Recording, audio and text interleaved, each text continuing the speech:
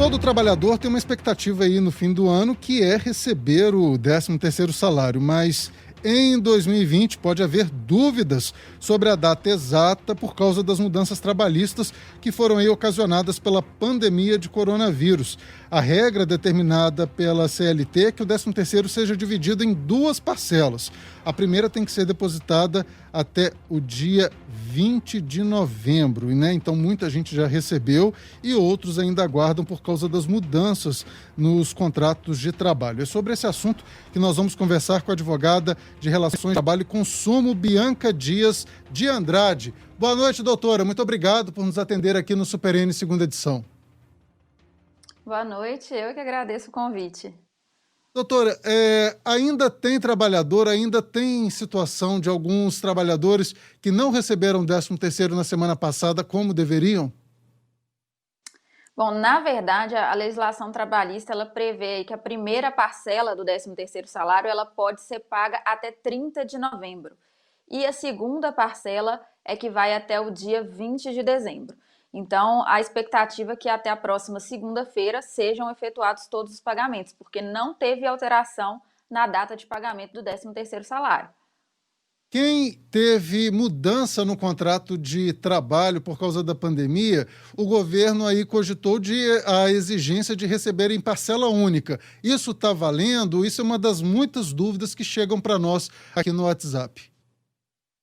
Não, por enquanto, o que está valendo é a regra geral da CLT mesmo, o pagamento em duas parcelas, seja 30 agora de novembro e a segunda 20 de dezembro. Então, a regra, por enquanto, é isso. Tivemos algumas alterações aí em relação ao valor para aqueles empregados que tiveram suspensão ou estão em suspensão, e também teve um questionamento para os que tiveram redução aí de salário e jornada. Esse valor mudou por quê, doutora? Muita gente acha que quando vai receber o 13º salário, acha que é aquele valor integral mensal, só que não é bem assim. Tanto que pode ter uma diferença aí para mais e para menos, como aconteceu para muitos trabalhadores por causa da redução da jornada de trabalho, consequentemente do salário. Explica para a gente, por favor, e para o nosso ouvinte, como que funciona essa regra aí do cálculo do 13º. Bom, a grande questão nesse momento a gente sabe aí que o judiciário ainda não se pronunciou sobre esse assunto, não tem uma regra realmente que vem aí de uma lei ou de uma decisão do judiciário. Mas o que a gente tem hoje é a nota técnica lá 51.520 de 2020, é uma nota do Ministério da Economia orientando aí como os empregadores devem fazer esse pagamento. E a orientação que está prevalecendo até o momento é no sentido de que, para aqueles empregados que estiveram em suspensão de contrato aí nesse curso, né, do ano de 2020, essas pessoas que estiveram com contrato suspenso, elas não vão receber o 13º desse mês de suspensão. Então, por exemplo, se um empregado ele ficou 30 dias em suspensão em 2020, esse mês que ele ficou em suspensão, ele não vai ser contabilizado para fins de pagamento do 13º. Então, ao invés de receber 12 meses de 13º no cálculo, ele vai receber 11 meses. Esse mês que ele ficou em suspensão não vai ser contabilizado para fins do pagamento do 13º salário. E essa regra ela vai ser aplicada para todo o período aí de suspensão no mês que seja igual ou superior a 15 dias. Então, se a pessoa ficou com mais de 15 dias no mês com contrato suspenso, esse mês ele não vai ser contabilizado para fins de 13º, e isso pode sim impactar aí no valor que ela receberia esse ano. E para o pessoal que teve a redução de jornada e salário, apesar de ter uma modificação no curso aí do pagamento, enquanto eles estavam com essa redução, no pagamento do 13º, a recomendação do Ministério da Economia é que não haja diferença. Então, diferente do que acontece na suspensão, na redução não vai poder ter essa dedução aí do período em que os empregados estiveram com redução de salário e jornada. Ou seja, para esses, o valor deve ser pago de igual forma como previsto na CLT. Certo, nós estamos conversando com a advogada de Relações de Trabalho e Consumo, Bianca Dias de Andrade. Doutora, a senhora avalia aí que, eu ia perguntar a vocês advogados, mas a senhora avalia aí que podemos ter aí um aumento das ações judiciais trabalhistas por causa dessas mudanças todas que nós tivemos este ano, o trabalhador pode se sentir confuso e acabar buscando a justiça?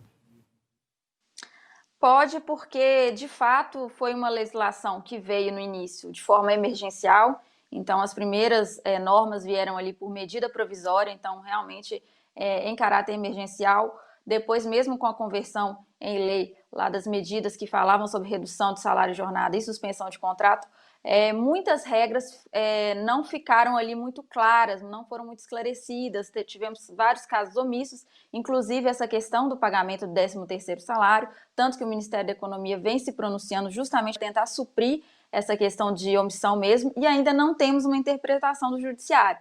Então isso pode levar, sim, a aumentar o número de ações visando aí discutir essa lei nova, porque ela foi feita em caráter emergencial e não supriu tudo que era necessário. Certo. Doutora, uma outra questão. É importante o trabalhador observar que na primeira parcela do 13º salário vem o valor ali integral, assim, digo que não tem a dedução nem do imposto de renda, nem do valor que pagamos de INSS. Mas na segunda parcela, esses tributos já são descontados. Então, o trabalhador tem que observar que já é naturalmente um valor menor mesmo, né? Exatamente. Então, assim como o salário contratual pago como regra mensal, tem os descontos, na parcela do 13º, isso também acontece e vai acontecer na parcela que é paga em dezembro. Então, de fato, tem aí as deduções relativas ao INSS e imposto de renda, se cabível também.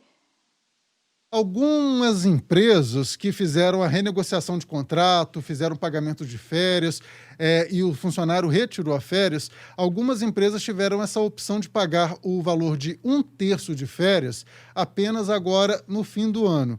Isso também está previsto, né? O trabalhador ele tem que fazer algum processo, algum procedimento para receber esse valor, ou ele pode confiar que a empresa vai fazer esse pagamento regularmente? Sim, teve essa regra lá no início, né, no primeiro semestre, que veio com a medida provisória, então, de fato, postergou aí esse pagamento, né, teve essa faculdade aí para o empregador de fazer esse pagamento no final do ano.